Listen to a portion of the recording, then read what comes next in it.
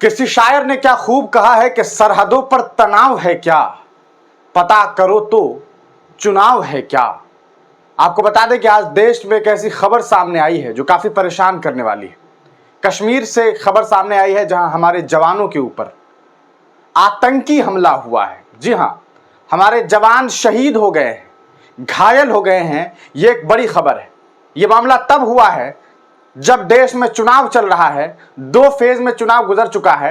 अभी कुछ ही दिनों पहले देश के प्रधानमंत्री नरेंद्र मोदी ने यह बात कही थी कि अब कश्मीर में हमले नहीं होते हैं, अब आतंकवादी हमले नहीं होते। 370 हटाने के बाद हालात बिल्कुल सही हो गए हैं। यह वादा, यह दावा किया गया था कि 370 हटाने के बाद देश में आतंकवादी हमले नहीं होंगे। लेकिन एक खबर सामने आई है कश्मीर से, जहां हमारे एयरफोर्स के जो कहा सकता है कि जो सेना के जो लोग हैं उनके ऊपर हमला हुआ है। आपको हम पूरी खबर बताते हैं अभी। और इस मामले में एक हमारे जवान जो है वो शहीद हो गए। जम्मू कश्मीर के पुंछ में जो है वो एयरफोर्स के काफिले पर आतंकी हमला हो गया है दोस्तों। एक जवान शहीद, 4 घायल, ये आज तक की रिपोर्ट है। जम्मू कश्मीर के पुंछ में एयरफोर्स के काफिले पर शनिवार शाम को आतंकी हमला हुआ। इस अटैक में एक जवान शहीद हो गए हैं, जबकि दूसरे जवान की हालत गंभीर है। उनका अस्पताल में इलाज जारी है। सुरक्षा बल के अधिकारियों ने बताया कि यह अटैक सूरनकोट के सनाई गांव में हुआ है। आप देख सकते हैं गोलीबारी जो हुई है, आप स्क्रीन पर देखिए, मैं आपको जूम करके दिखाना चाह रहा हूं। ये हमारे एयरफोर्स का जो वैन होता है बड़ा सा, उसमें देखिए कितनी गोलियां चली है। ये इस तरह से गोलियों की बरसात कर दी गई है और इसमें हमारे एक जवान शहीद हो गए हैं। 4 से 5 जवान जो है वो घायल बताए जा रहे हैं। एक की हालत काफी खराब है। हम उम्मीद करते हैं कि जल्द से जल्द जो है उन्हें बेहतरीन चिकित्सा जो है वो उपलब्ध की जाए ताकि उनकी जो जान है वो बचाई जा सके। आप देखिए जम्मू कश्मीर के पुंछ में एयरफोर्स के वाहनों के काफिलों पर शनिवार शाम को आतंकी हमला हो गया। इसमें 5 जवान घायल हो गए हैं। सुरक्षा अधिकारियों ने बताया कि घायल जवानों को इलाज के लिए अस्पताल ले जाया गया, जहां इलाज के दौरान एक जवान हमारे शहीद हो गए, जबकि दूसरे जवान की हालत बेहद गंभीर है। उनका इलाज चल रहा है, जबकि 3 जवान की हालत जो है वो स्थिर है। अधिकारियों के मुताबिक आतंकवादियों ने भारतीय वायुसेना के काफिले पर गोलीबारी की थी। आतंकियों ने यह हमला सूरनकोट के सनाई गांव में किया।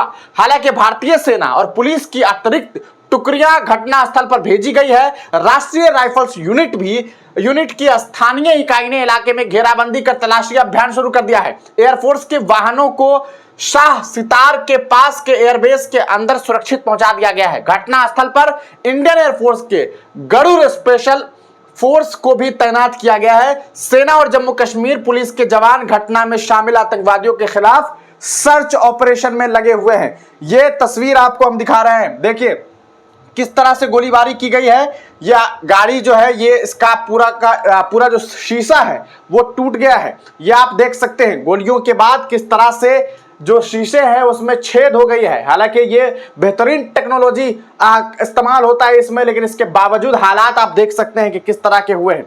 आपको बताएं सुरक्षा अधिकारियों के मुताबिक हमले में 5 जवान जो है वो घायल हो गए थे। उन्होंने तुरंत एयरलिफ्ट कर इलाज के लिए उधमपुर के कमांड अस्पताल ले जाया गया। यहां इलाज के दौरान एक जवान शहीद हो गए। बता दें कि एयरफोर्स के वाहनों के काफिले पर हुए आतंकी हमले की जो तस्वीरें हैं वो सामने आ गई है। इसमें एयरफोर्स की गाड़ियों पर गोलियों के निशान साफ साफ दिखाई दे रहे हैं, जो हमने आपको दिखाई है तस्वीर। यह आप देखिए इंडियन एयरफोर्स का जो ट्विटर हैंडल है उस पर हम आपको दिखा दें क्या कुछ बातें जो है वो कही गई है। ये ट्विटर हैंडल है, official Twitter handle Indian air force का। वहां एक ट्वीट करके इसके बारे में तमाम जानकारी दी गई है।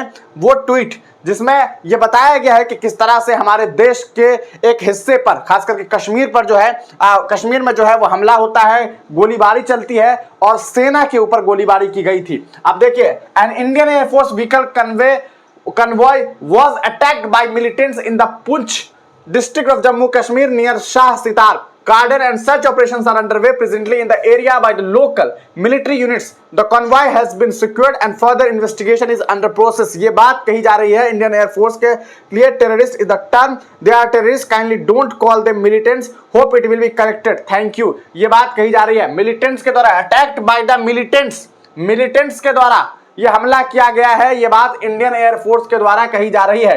अब सोचने वाली बात यह है दोस्तों कि आखिरकार ऐसा क्यों हो रहा है। एक तरफ दावे और वादे ऐसे जिसे सुनने के बाद लोगों का जोश एकदम हाई हो जाता है, लेकिन हकीकत यह है कि आज इस देश में हमारे जवान भी महफूज नहीं है। देश के अंदर उनके ऊपर गोलीबारी हो रही है। आखिर ये कौन लोग हैं और कैसे ये सब हो रहा है, और वो वादे और वो दावे कहां गए जो देश के प्रधानमंत्री अलग अलग जगहों पर जाके नारेबाजी करते हैं और ये बताने की कोशिश करते हैं कि हम जो है ऐसा हिंदुस्तान बना चुके हैं जहां आतंकवादियों की इतनी हिम्मत नहीं होती है कि वो गोलीबारी कर सके। और हालात देखिए, in the ensuing gunfight with the terrorists, the air warriors fought back by returning fire. In the process, 5 IA personnel received bullet injuries and were evacuated to the nearest military hospital for immediate medical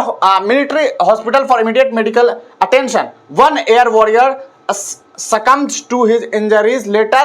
Further operations are on by the local security forces. The country is proud of our patriots in the Indian Air Force. ये बातें जो है वो आप देख सकते हैं। लोग जो हैं वो कह रहे हैं कि हम पूरी तरीके से जो है वो देश की सेना के साथ हैं, लेकिन सवाल ये उठता है कि हमारे देश की सेना महफूज क्यों नहीं है। इस पूरे मामले की जिम्मेदारी किसको लेनी होगी?